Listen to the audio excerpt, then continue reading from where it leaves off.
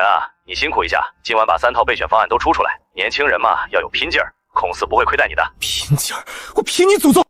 好的，领导，没问题，我马上做。不是吧，我年假还没休。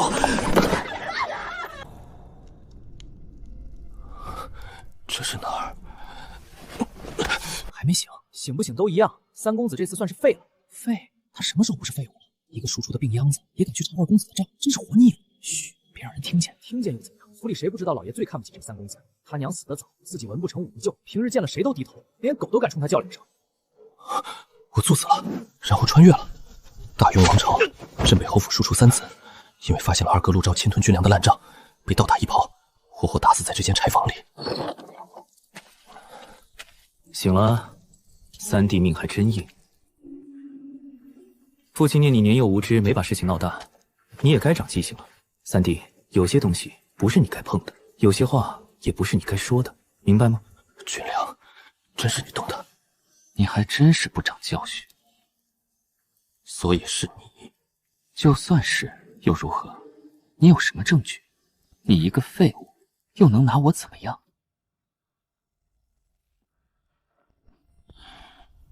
你可以试试。你说什么？我说你可以试试，试试以后，我到底能把你怎么样？啊！看来这顿打还没把你打清醒。三弟，别怪二哥没提醒你，人活着有时候比争一口气重要，尤其是像你这种本来就没什么本事的人。没本事？行，那我就让你们看看什么叫真正的本事。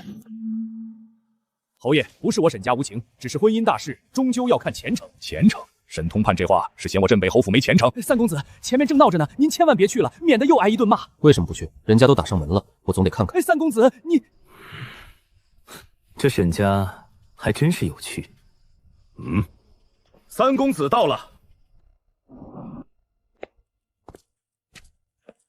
你来做什么？听说有人要退婚，我这个当事人总该在场。听说有人要退婚，我这个当事人总该在场。三公子，老夫今日来就是想把话说明白。你我两家旧义仍在，只是儿女婚事讲究缘分，轻率于你，终究不太合适。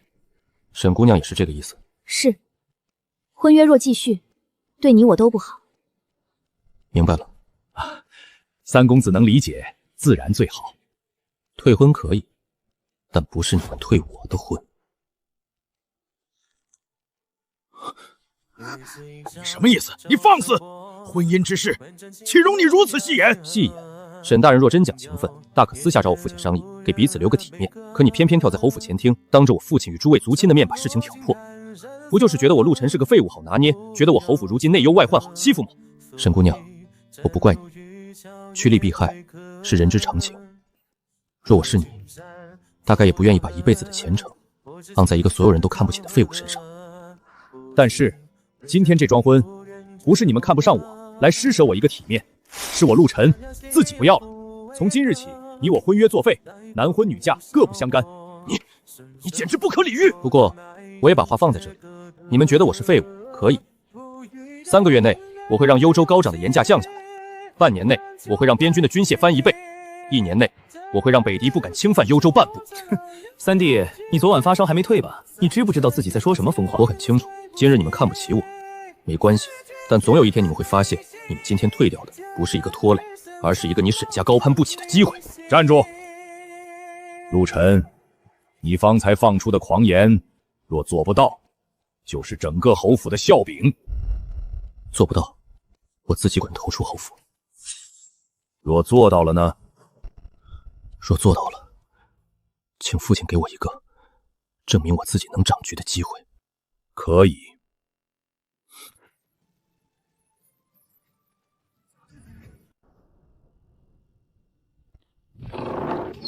三公子，您怎么跑前厅去了？那地方现在谁去谁造没。沈家那个老东西说话难听的要命，您没吃亏吧？他们没有对您动手吧？没吃亏。真的？真的，还顺便把婚退了。啥？三公子，你说什么？婚退了，我提的。三公子，您今天怎么这么猛？因为死过一次，想通了。人真死过一回，再看很多事感觉完全不一样。前世我忍了太多，忍老板，忍甲方，忍不公。因为规则告诉你不忍也没办法，但现在不一样了。这不是原来的世界，没有成熟的规则，乱、危险、血淋淋。但也意味着这盘棋，我可以掀桌子容下。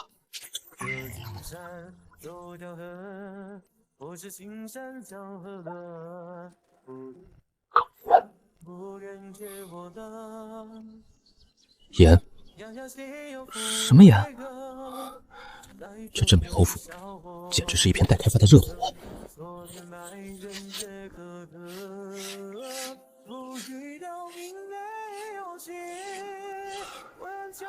幽州临近盐碱地，城外有大片废弃的盐滩，对吧？有是有，可那地方出的盐又苦又杂，吃多了还拉肚子，都是穷得揭不开狂的人才去吃，大盐商根本看不上。看不上，说明还没人把它做成真正的生意。可那盐本来就不好啊，全是沙子和毒花花。不好，是因为他们提纯的方法太烂，不是因为这东西不能做。提纯？没法跟你们解释太多，你们就当是一种能把有毒的脏盐变成雪白好盐的独家秘方。公子，您还会这个？不会也得会，因为这局没人能替我们打。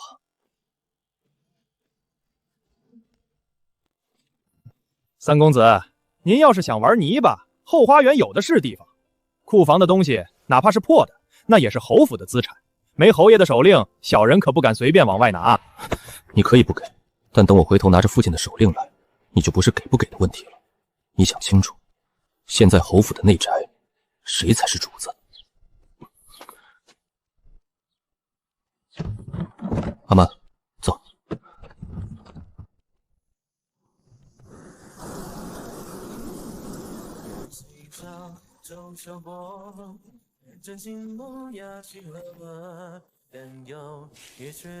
杂质多，颗粒粗，含泥量极高，典型的劣质矿盐，但这恰恰意味着利润空间巨大。阿蛮，把那几个盐户叫过来。这位公子，您找我们？你们平时怎么出盐的？做一遍我看看。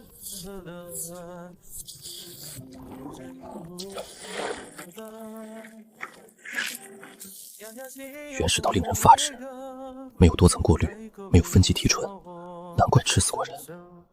借你们的锅和地方用一用。公子，你也要煎盐？我来试试。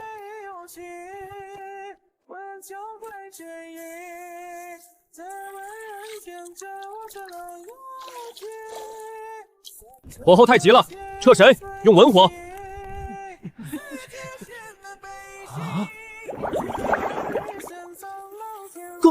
公子，出盐了！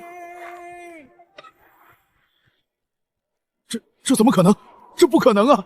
咱们祖祖辈辈都在这烂地里刨食，怎么可能熬出这么白的盐？老天爷呀！这怎么可能？这不可能啊！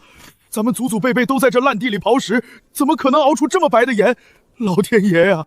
公子，不苦，只有咸味。神了，您这是神仙下凡了！不需要神仙，只需要标准意识和流程优化，这就是不同文明维度的降维打击。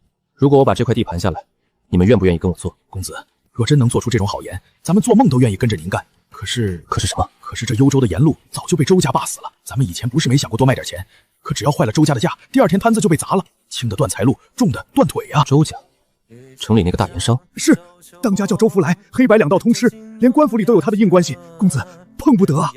公子，要不咱们先缓缓，等您在侯府站稳了脚跟再。缓不了，我现在最缺的就是时间。别人能慢慢熬，我不能。这局必须速战速决。阿蛮，在。回去之后，把咱们院里所有的银子全部拿出来。全拿？那可是您的保命钱。全拿。另外，你去城里市检部打听周福来的所有消息，他的店铺分布、车队路线、脾气爱好，甚至是背后官员的名字，越细越好。是，公子。单纯卖好盐赚不到大钱，更活不长。周家这种地头蛇，要么砸盘，要么抢方子，要么干脆连人一起做掉。所以我要做的不是做盐，是做局。公子，咱们不就是熬了点好盐拿去卖吗？您咋画的这么麻烦？因为真正难的，从来不是把东西做出来，是做出来之后怎么活着卖出去。这个时代的人，做生意凭经验、凭人情、凭旧习，而我带来的是流程控制、资源博弈和降维碾压。公子，打听到了，那个大盐中周福来40来岁，原来就是个流氓盐贩子，后来攀上周府的关系才做大。听说他手底下养着不少泼皮，而且他跟咱们侯府二公子那边有来往。跟陆昭有来往？对，有人亲眼见过二公子私下里收过周家不少孝敬。这就更有意思了。继续去查，尤其是查清楚周福来最近几天最在意、最头疼的是什么事。是。三公子，老奴有句话，您这几日不知当变了很多，是好事。您说，可老奴总怕您太急了，盐商心狠手辣，不是好惹的。二公子更是视您为眼中钉，您现在势单力薄，要是万一……傅亮，你觉得我不做这些就能好好活着吗？从我被打个半死扔进柴房那天开始，这条路就不是我是选的问题了，是我不往前走就只剩死路，退一步背后就是悬崖。那老奴就陪着您赌这一把。公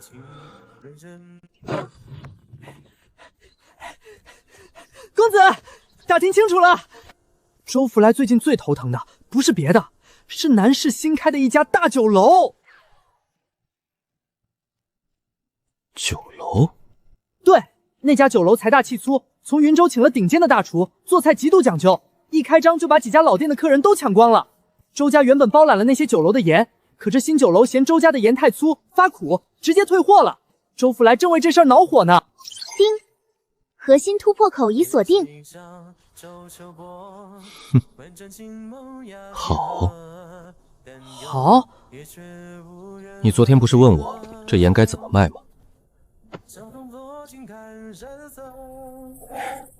走，突破口来了，来了。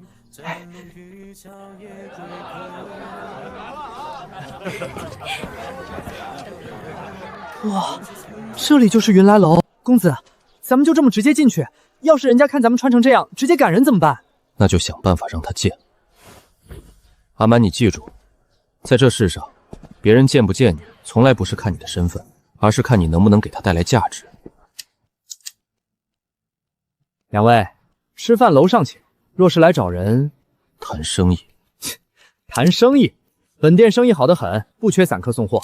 若是卖菜卖肉，去后门找采买管事，别挡了前门的路。我卖盐。卖盐？那你来晚了。我们云来楼有固定的盐商供货，后生请回吧。你们之前的供货盐贩，最近被退了3次，其中2次是嫌盐的杂味太重，还有1次是嫌颜色发黄。尤其在做你们大厨拿手的清蒸河鲜时，苦涩味根本盖不住，对吧？你怎么知道？我还知道，你们那位重金从云州请来的大厨最近很火大，好菜配烂盐，口味提不上去，长此以往，砸的是云来楼好不容易抢来的招牌。你到底是什么人？能帮你解决问题的人。阿蛮，上货。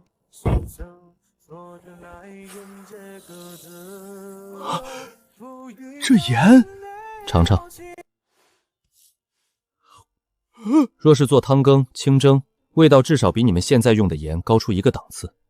你若做不了主，就去请能做主的人来。掌柜，你们想就来了。这盐哪儿来的？我做的。胡说八道！这种成色的细盐，别说幽州，便是云州府都少见。你一个毛头小子能做得出来？糊弄鬼呢！借卧厨一口锅，给我做一道最简单的清水豆腐汤，什么调料都别放，只加我的盐。照他说的做。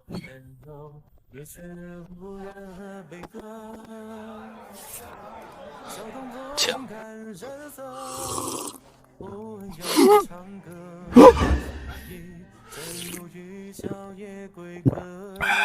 如何？好盐，老子服了。小兄弟，你有多少货？现在不多，但只要你敢接，我就敢保稳供。价钱呢？在周家现行盐价的基础上，加30%。加30%，这也太黑了。不贵，你买的不是盐，是你云来楼压死竞争对手的底牌，是未来的金字招牌。好一个买招！哈哈哈哈！我先要50斤，只要客人吃得好，我云来楼以后的用盐全包给你。可以，但我有一个条件。讲，别藏着掖着，用了我的盐，就要把名头打出去。你要明明白白地告诉全幽州的食客，你们云来楼用的就是幽州最好的新盐。后生可畏，有点意思。在下秦四海，还未请教公子尊姓大名？陆晨。明日此时，货送到。阿蛮，走。成了，公子真成了，咱们要发财了！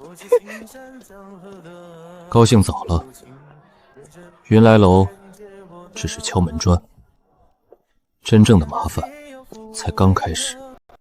您是说周福来？云来楼只要一把招牌打出去，周家的断头饭就端上桌了。你以为那条地头蛇会不来找我们咬人吗？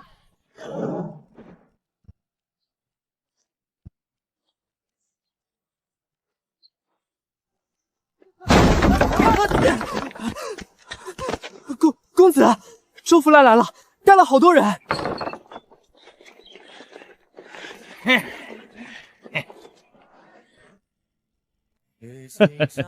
听说侯府三公子最近弄了门新买卖，周某元还不信，今日一见，倒真是开了眼啊。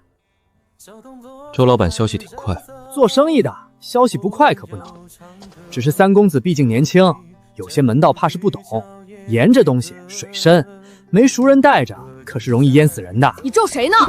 所以周老板今天带这么多人来，是来教我门道的。您这盐方子确实不错，但与其自己瞎折腾，不如把方子卖给我，10两银子，够您在侯府舒舒服服过好一阵子了。10两银子买秘方，你这跟明抢有什么区别？行啊。公子，不过在卖给你之前，我准备先做几件事。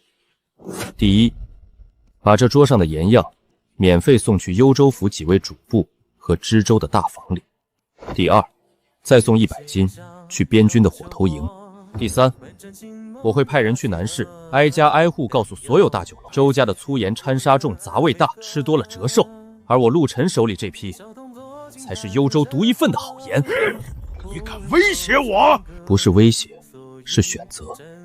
你今天带人冲进我的院子，不是想合作，是想生吞了我。既然如此，我总得让你知道，吞我是要崩断你的牙的。你到底想怎么样？3个条件：第一，你周家的车马、伙计、铺路渠道全部借我用；第二，你手里现成的盐印网，我要分1半的直接调度权；第三，咱们不打价格战，我用你的渠道走货，每月净润我分你2成，让你躺着继续赚钱。借我的路，夺我的权，拿我的钱。三公子，你好大的胃口！不大，我给你留了2成，这是活路。若我不答应呢？那你可以试试，看看是你周家这条地头蛇的门路硬，还是我镇北侯府三公子的招牌硬。再不济，我把这方子直接献给我父亲，献给10万幽州边军。到时候别说2成利，你周福来连坐在这里跟我谈的资格都没有。成交。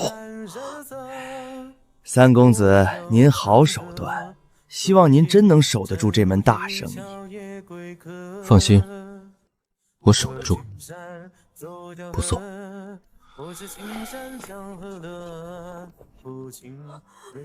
公子，我的老天爷啊！公子，你也太厉害了吧！那可是周福来啊，吃人不吐骨头的周阎王啊！他居然真的给您低头了！咱们不仅没卖方子，还抢了他的车队。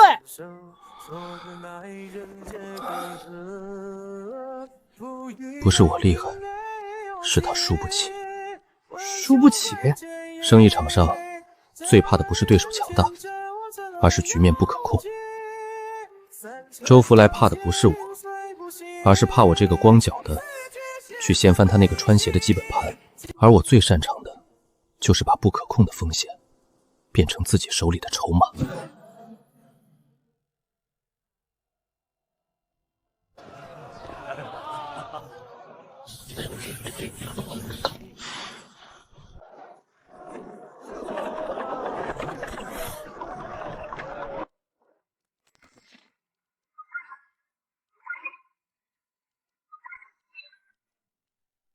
公子，公子赚了，咱们真的赚了！第一批货全卖空了，连周福来那个老狐狸派人送分红过来的时候，脸上的笑都快堆到天上去了。利润不夸张，但作为起步盘，勉强及格。公子，您不知道，现在外面都不叫您废物了，大家都说侯府出了个会做神仙盐的三公子。三公子，侯爷有令，命您即刻前往议事厅。啊，公子，侯爷突然找您去议事厅那种重地，不会是咱们卖盐的事被二公子告发，又惹出什么大麻烦了吧？不会。啊？这次他找我，不是为了找麻烦，是来找答案的。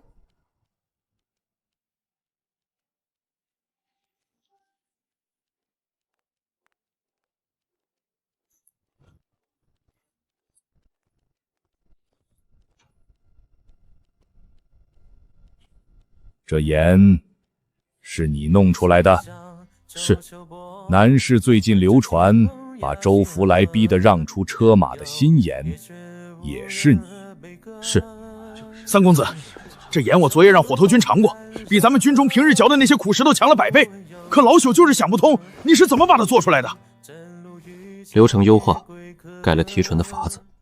流什么话？你卖盐，我不拦你。但你今天必须告诉我，你一个从不过问俗事的人，突然弄出这些动静，到底是为了什么？这个昔日的废物弟弟，竟然堂而皇之地引起了父亲的绝对注意。为了活命，父亲镇守幽州多年，比谁都清楚。如今的边军看着兵强马壮，实际里子已经空了，军粮连年亏空，军械年久失修，城外流民一年比一年多，城内盐价和粮价却还在疯涨。再这样耗下去，根本不用北狄大举来犯，幽州自己就会先从根子上烂掉。三弟懂得倒不少，只是在这大放厥词，纸上谈兵，谁不会？你不过就是弄了点小聪明，卖了几袋盐，就敢在这里妄议军政大局？我不是妄议，我是已经在做。盐利归拢，可以补贴军中部分开支；城外流民招募，可以变成工坊和屯田的绝佳劳动力。废弃的盐滩，长满杂草的荒地，停工的铁坊，那都不是废物，那是没被利用好的隐形资产。幽州要活，不能只靠死守，得先学会自己造血。你想要什么？鱼儿上钩了。第一，西郊荒地300亩；第二，西郊废弃铁房；第三，自主招募流民的人事权。300亩荒地，他还要铁坊？胡闹！流民若是拒绝管不好，那是会酿成民变的。三弟，你倒是真敢开口！你以为你靠卖盐就能撑起个公和几百亩地，到头来赔个精光，还败坏了侯府的名声？但若我是我的事，二哥是不是也该当着全侯府的面承认你自己还不如我这个废物？够了，我给你3个月，西郊荒地、废铁坊人手调令全部给你。但是3个月后，你若做不出成效，就把这些东西原样交回来。若你只是想借此胡闹，不用别人动手，我亲自按家法废了你，绝不让父亲失望。哼！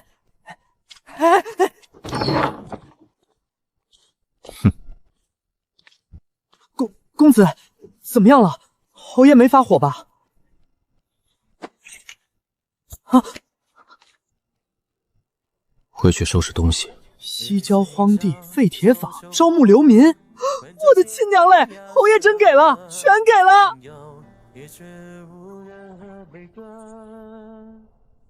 阿满，从今天开始，咱们不用再看任何人的脸色了，咱们有自己的地盘了。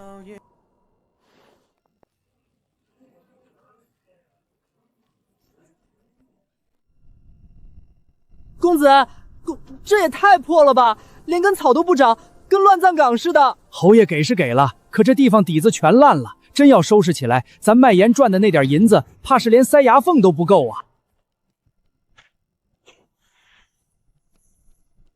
不怕破，破才好。破还好，破说明没人盯，没人抢，说明这里有100%的改造空间。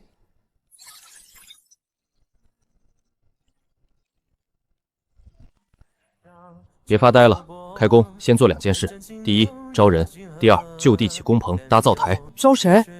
流民。公子，那些流民最难管了，为了半口吃的能杀人，官府见了都头疼啊。正因为没人要，咱们才要。对别人来说他们是麻烦，对我来说，他们是这乱世里最便宜也最急需活路的人。又是哪个大户人家来骗人做苦役的吧？去了就是白干活，说不定还可能被打死。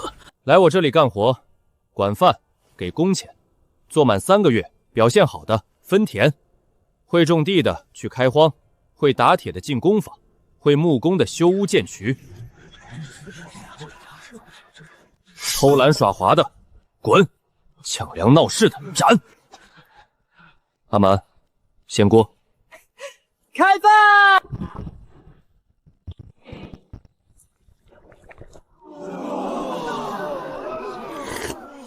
先吃，吃饱了再决定留不留。别人招工都是先让人低头听话，再给残羹凉纸。公子是先甩出活路，再立生死规矩，这不是心软，这是真能拿捏人命的高明啊！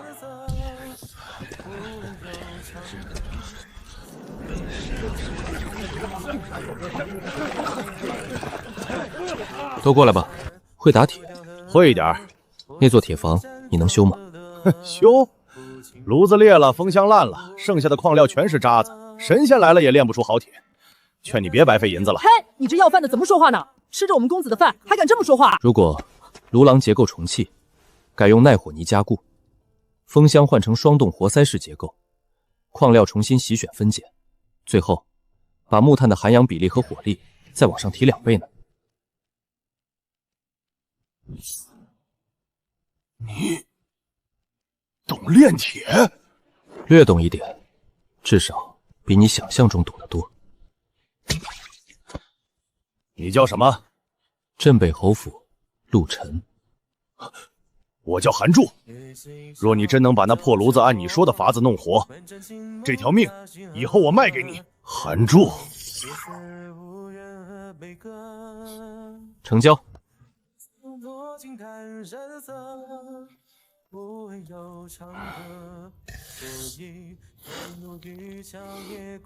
这炉子以前的底子不差，是后来火候不对，加上常年没人维护，才被生生烧废了。能修吗？能修，只要按你刚才说的那些法子改，我韩某拼了这条命也给你修出来。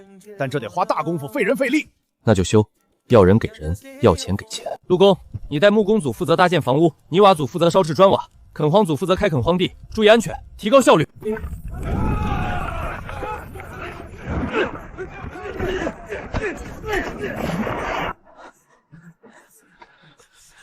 今天搬完这堆木料，记1工；修完那段炉墙，记2工。谁多干，谁多拿肉汤和铜板，谁偷懒，谁就给我滚出去饿死！公子，绝了，真绝了！那些流民干起活来简直不要命，咱们这儿现在越来越像模像样了。还早，现在只是把台子搭起来，稳住了人心。真正难的是台子上能不能唱出戏，炉子里能不能出真东西。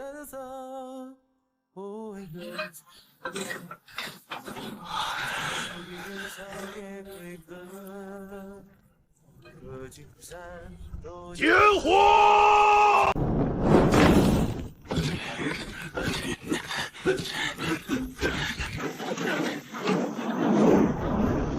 风力不够，再加炭，快！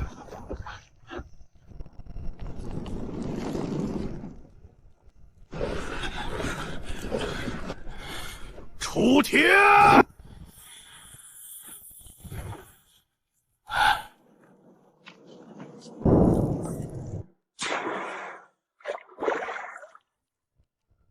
成了，真成了！老天爷啊！这成了！你到底是怎么想到这些的？加高炉身，双踏板风箱，你是妖怪吗？先别高兴太早，能出铁只是第一步。咱们要做的不是打几把锄头菜刀，是做能量产的标准件。标准件？那是啥玩意儿？所谓标准片，就是每一把出厂的枪头，每一个弩机的零件、尺寸、重量、卡槽必须一模一样，分毫不差。这不可能，光靠敲打怎么可能做到分毫不差？就算能，那也得是最顶尖的打铁师傅，1个月也打不出几件。不需要顶尖师傅，我们用精铁铸造母模，把整个打造过程拆分开。第一组只负责熔铁镀模，第二组只负责打磨刃口，第三组只负责钻孔组装。这样不仅极快，而且坏了一个零件，随便就能换上新的，缺了立刻能补。这就叫流水线量产。拆解工序，尺寸统一，坏了能随时替换，妙啊！绝妙啊！公子，你不是略懂，你他娘的简直是祖师爷直接下凡赏饭吃啊！这等神乎其技，简直是祖师爷下凡。以前在侯府，谁看见三公子都敢踩一脚，骂一声废物。可现在，连韩柱这种眼高于顶的顶级狂人都被公子折服的五体投地。我忽然觉得，这侯府的这盘死局，公子真能杀出一条血路。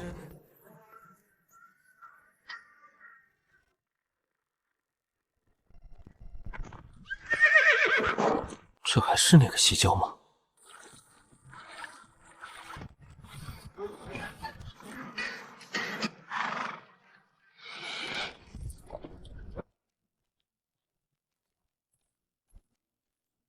这都是你弄的？算是吧。大哥怎么今天有空过来？父亲让我来看看。我原以为你在议事厅立军令状，就是图一时痛快，闹腾几天也就歇了。没想到，真让你折腾出点样子了。既然来了，大哥不如进来验验货。这是什么？大哥长长眼。连发弩的简化试制试皮，射程和精度还不算完美，不过能用。连发，给我试试。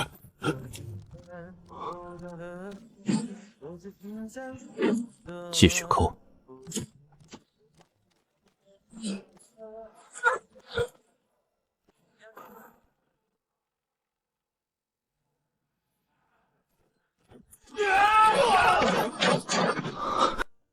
这东西真是你弄出来的？图纸和思路是我的，具体打造是韩柱他们手搓出来的。只要后续模具跟上，就能量产。三弟，以前是大哥瞎了眼，看轻你了，我给你赔罪。大哥别这么正式，真要觉得过意不去，我这里以后然后缺材料、缺木炭、缺试弩的兵，大哥的军营可得给我开个绿灯。行，以后你西郊这边缺什么，直接拿我的腰牌去军需处提，谁敢为难你，我敲碎他的骨头。只要把这位武将大哥拉上战车，自己的工业基地才算有了真正的武装保护伞。二公子，千真万确。大公子今天去了西郊，不仅没有砸场子，反而跟三公子称兄道弟，走的时候甚至把自己调兵的副牌都留给了三公子。现在西郊那个破铁坊有大公子的兵在外面巡逻。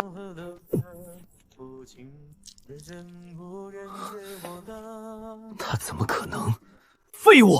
他不是废物，他不仅弄到了钱，圈了地，现在居然连陆廷那个没脑子的武夫都被他拉拢了。不能再让他这么长下去了。去，通知周福来，就算毁了幽州的沿路，我也要他陆晨死在西郊的乱坟坑里。物资调拨令。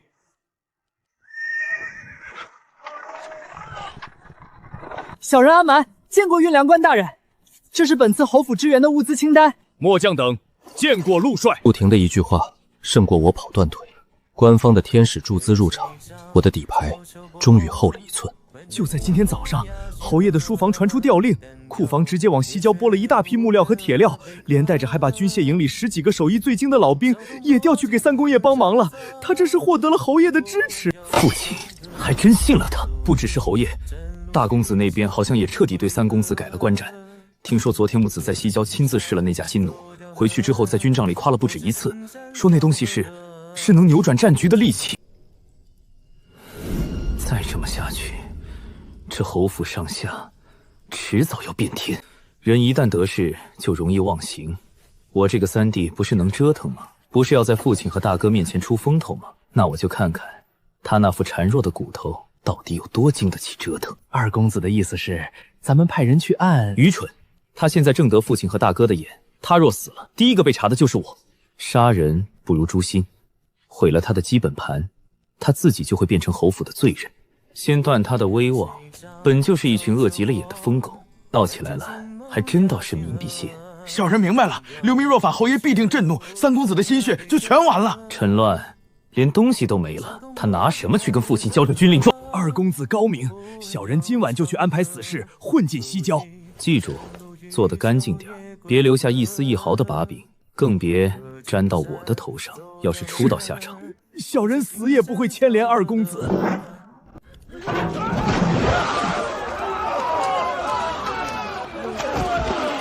公子，不好了，有人闹事抢粮，我们的人拦不住。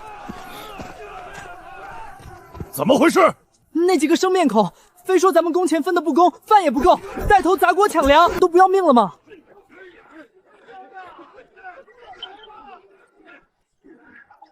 这不是普通的饥民闹事，这是有人专门塞进来的钉子，要毁了我的基本盘。都让开！哼，你就是那个什么陆三公子，来的正好。你嘴上说管饭给工钱，结果呢，老子们干了这些天，吃的越来越少，分的银钱连个铜板都没看见。你把我们当牲口使唤，现在还不准人闹。你叫什么名字？老子行不更名，坐不改姓，张黑虎。来我这儿多久了？6天。怎么，你想赖账？怎么样，我们赖？工牌拿出来。什么工牌？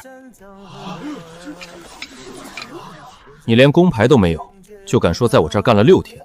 你吃的是哪锅饭？记的是谁的功？老子给你卖命，你还要什么破牌子？兄弟们，他就是想黑咱们的钱，抢啊！闭嘴！阿蛮，查今天的记功名册。公子，查过了，名册上根本没这个人，他身边那几个带头的也全都没登记。原来是外头混进来搞破坏的！可恶，砸了咱们的饭锅，差点被他们骗了！打他们！撤！快跑！按住他们！呀！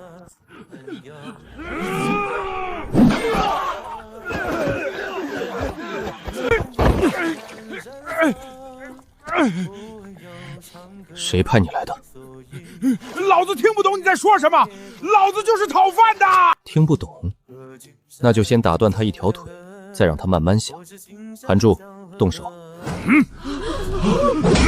别！你敢？我真的只是个讨饭的。讨饭的不会知道怎么挑黄昏放饭，人心最浮躁的时候闹事。讨饭的也不会一上来就直冲我的粮仓和账房去。你不说我也能猜，是陆昭还是周福来？捆起来，别打死，先关进柴房。是。你们干什么？大家都静一静。今天这事儿大家都看见了，有人混进咱们的营地闹事，砸咱们的锅。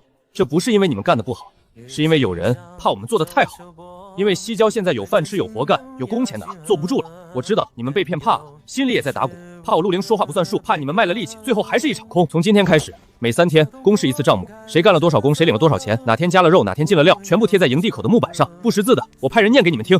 你们替我干活，把命交给我，我陆晨也绝不拿你们当瞎子糊弄。公子说的对，我们信公子。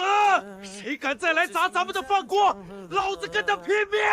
信公子，信公子！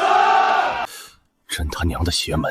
几句话就把这帮快饿死的狼训成了死士，这小就是完。那当然，我家公子那是能掀翻天的人。我再给你最后一次机会。张黑虎，籍怪云州，逃荒来的，自称在木工组干了6天。是，我就是干苦力的，你们不能这么私设公堂。撒谎。第一，云州口音带后古音，你开口全是幽州城南市井的土话。第二，木工组这6天一共耗损了400根原木，30把锯子，每日领饭是双份，而在我的总账里，这部分口粮和号教对得严丝合缝，根本没有你这张嘴的份额。第三，我的营地里，任何人干了什么活，去了哪里，领了什么东西，全都记得明明白白，而你这具大活人，却不在我的账面上。公子问你什么，你就答什么，铁条冷了，我就把它插进你眼眶里重新加热。我全说是周家，是周福来手底下的管事找的我们。王八蛋，果然是这帮盐贩子。那个管事说，只要把西郊搅乱，让铁房停下来，事成之后就给我们兄弟10两银子，别的我真不知道了。只有周家，只有周家。韩柱，看来他是不想要这条腿了，动手吧。好嘞。还有人，还有侯府的人。谁？是侯府里的谁？我不知道他叫什么名字，只知道是个穿灰袍的管事。他跟周家的人一起见的我们。那个管事说，三公子最近太张扬了，让我们借着抢粮的机会给您添点麻烦，最好能把铁房里新做出来的那些弩给一把火烧了。是陆昭，除了他，没人这么恨不得咱们死。陆昭终于坐不住了，对付这种人，光知道是他干的没用，去父亲面前喊冤打嘴仗毫无意义。想要扳倒在侯府苦心经营多年的他，就得抓到一个让他无法翻身的铁证，一击必杀。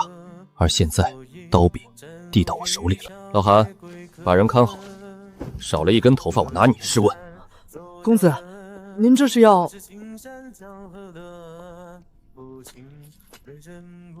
去试试我手中这把刀能有多锋利。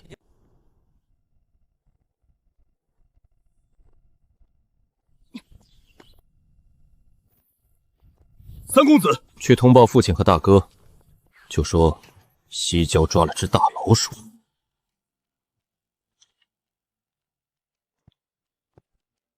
西郊的事我听说了，处理的还算稳。还有件事，请父亲过目。周家侯府管事，你怀疑谁？父亲心里应该已经有答案了。没有铁证之前，不可胡言。我知道，所以我今天来不是来击鼓鸣冤的。那你来干什么？我希望父亲给我一个查账的权利。查什么账？军粮以及盐铁。你知道你自己在说什么吗？知道。西郊营地昨晚被人塞钉子闹事，这是第一次，但绝对不是最后一次。有一把刀悬在我的头顶，我只能向前。父亲若只想息事宁人，维持表面太平，我现在就可以转身回西郊。但若父亲还想让幽州这个烂摊子重新立起来，那就必须把底下的烂账翻过。他在权衡我这个儿子，到底是初生牛犊不怕虎的蠢货，还是当真有能力有胆识去动这一刀。我给你3天，只查西仓近半年的账。3天后若查不出东西，你立刻给我收手，滚回西郊。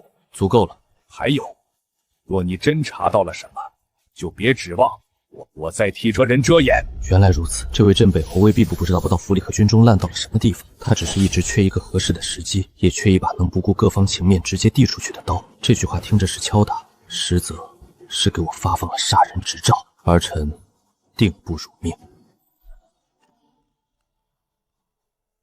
三公子，这些就是咱们西仓近半年的出入总账和明细，您若想看，就请慢慢看，只怕看上个2月，也未必理得清这其中的门道。在很多人眼里，他是个废物，面对烂账必然抓瞎，但他们不知道，陆晨前世是在一堆弄虚作假的报表里杀出来的顶级项目总监。公子笑什么？这账目可是老府等人核对过3遍的，比比清楚。是啊，比比清楚，损耗、折旧、赎损全都列得像模像样。可惜太像样了，一个真正复杂混乱的10万仓储系统，数据绝不可能每个月都这么工整，越工整越是刻意，真是本漂亮的好账啊！第一，粮耗比例连续6个月精准保持在 3.5%， 这老鼠吃粮食还带定阳的。第二，跟拿料的损耗数、蓝店库的冰原马匹数基数根本对不上。第三，也是最蠢的一点，这2批入仓记录的签押人叫王福，同一天同一个时辰，他居然在账面上同时完成了在西仓入库和在30路外南大营的点卯。怎么？他会分身术吗？去仓里。公子，看账就看账，去仓里做什么？对账。怎么不能去？自然能去，只是西仓常年不见天日，位重灰大，怕冲撞了公子千金之需。少废话，带路。这第1排粮仓是去年新修的吧？公子，您这敲敲打的看什么呢？看他们偷的到底聪不聪明。开这间。公子，这仓前几日刚封，底下的防潮石灰还没干透，若是随意打开走了风，粮食受潮，小人可担不起这个责任啊。我说开。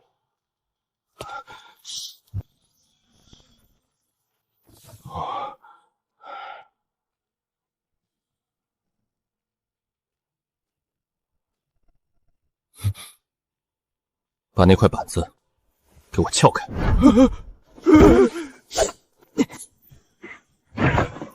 撬！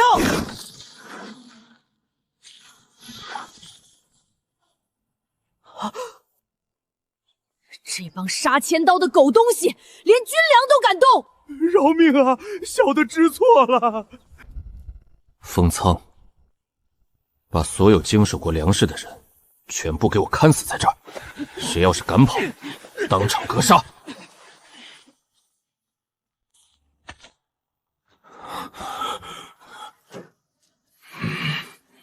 我只想给他找点麻烦，让他在西郊狠狠栽个跟头。这疯子居然直接把西仓的天给捅破了！西仓的账我也沾过，该死！好大的胆子！把事情给我原原本本的说清楚，有一点说不清楚，我就砍了你们的脑袋！侯爷，军粮亏空至此，底层竟全是沙土。若北狄此时南下攻城，我10万幽州儿将拿什么去拼命？请侯爷定要彻查此事，给将士们一个交代呀！查，给我一层一层往下查，谁碰了粮，谁改了账，谁放的人，谁保的人，统统给我查清楚，一个都不准放过！父亲息怒，此事确实重大。三弟虽然敏锐，发现了西仓的问题，立了功，但他毕竟难免急躁偏颇。账目和仓储牵扯整个幽州的军政命脉，若由他一个毫无经验的人，只怕且军心动荡，恐怕不妥。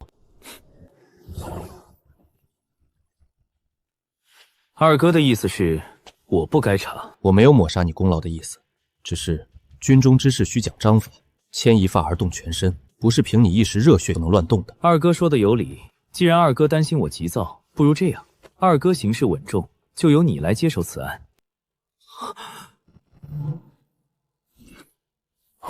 不过有一点我不明白，西仓的烂账已经摆在所有人眼前了，二哥的第一反应不是彻查到底，而是先跳出来让我停手。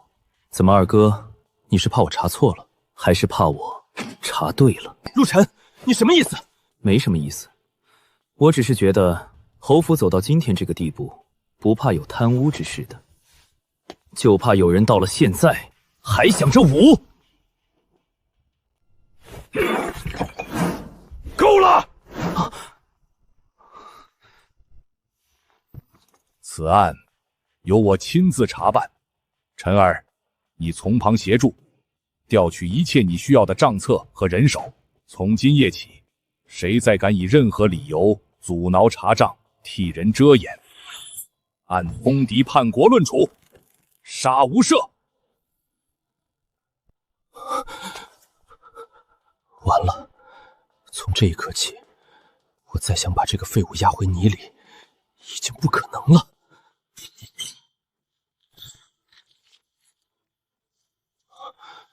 是我。满爷，您看这成色可还入得了三公子的眼？不够小的再给您添点儿。西仓案一出，侯府上下终于看明白了一件事：我不是在小打小闹，也不是突然学会了什么奇技妙巧，我是真的能查账，能控局，能掀桌子，而且一掀就是能砸死人的大桌子。公子，您是没看见，刚才我去侯府库房领料，那帮平时拿鼻骨看人的孙子，今天一个个笑得跟见了亲爹似的。那胖管事甚至还想塞银子给我喝茶呢，让我狠狠训了一顿。咱们这回可是彻底扬眉吐气了。得意什么？真以为这就赢了？没赢吗？咱们连西仓的烂账都翻出来了，二公子那边话都不敢说。西仓只是个开始，账越往下翻，牵扯的人就越多。现在那帮人对你笑，不是因为敬你，是因为怕了，而怕了，也就意味着接下来咬人也会更狠。那咱们怎么办？要不要先躲一躲，避避风头？不，继续往前，越是这时候越不能停。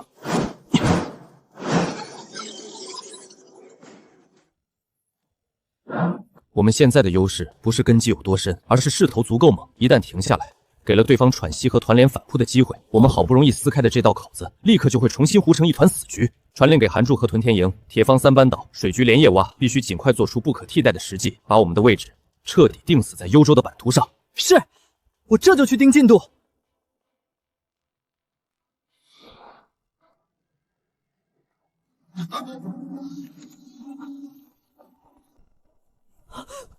公子，是最高级别的边警，3道狼烟，北敌的铁骑打过来了。好啊，还没等我去推进，真正的考场自己送上门了。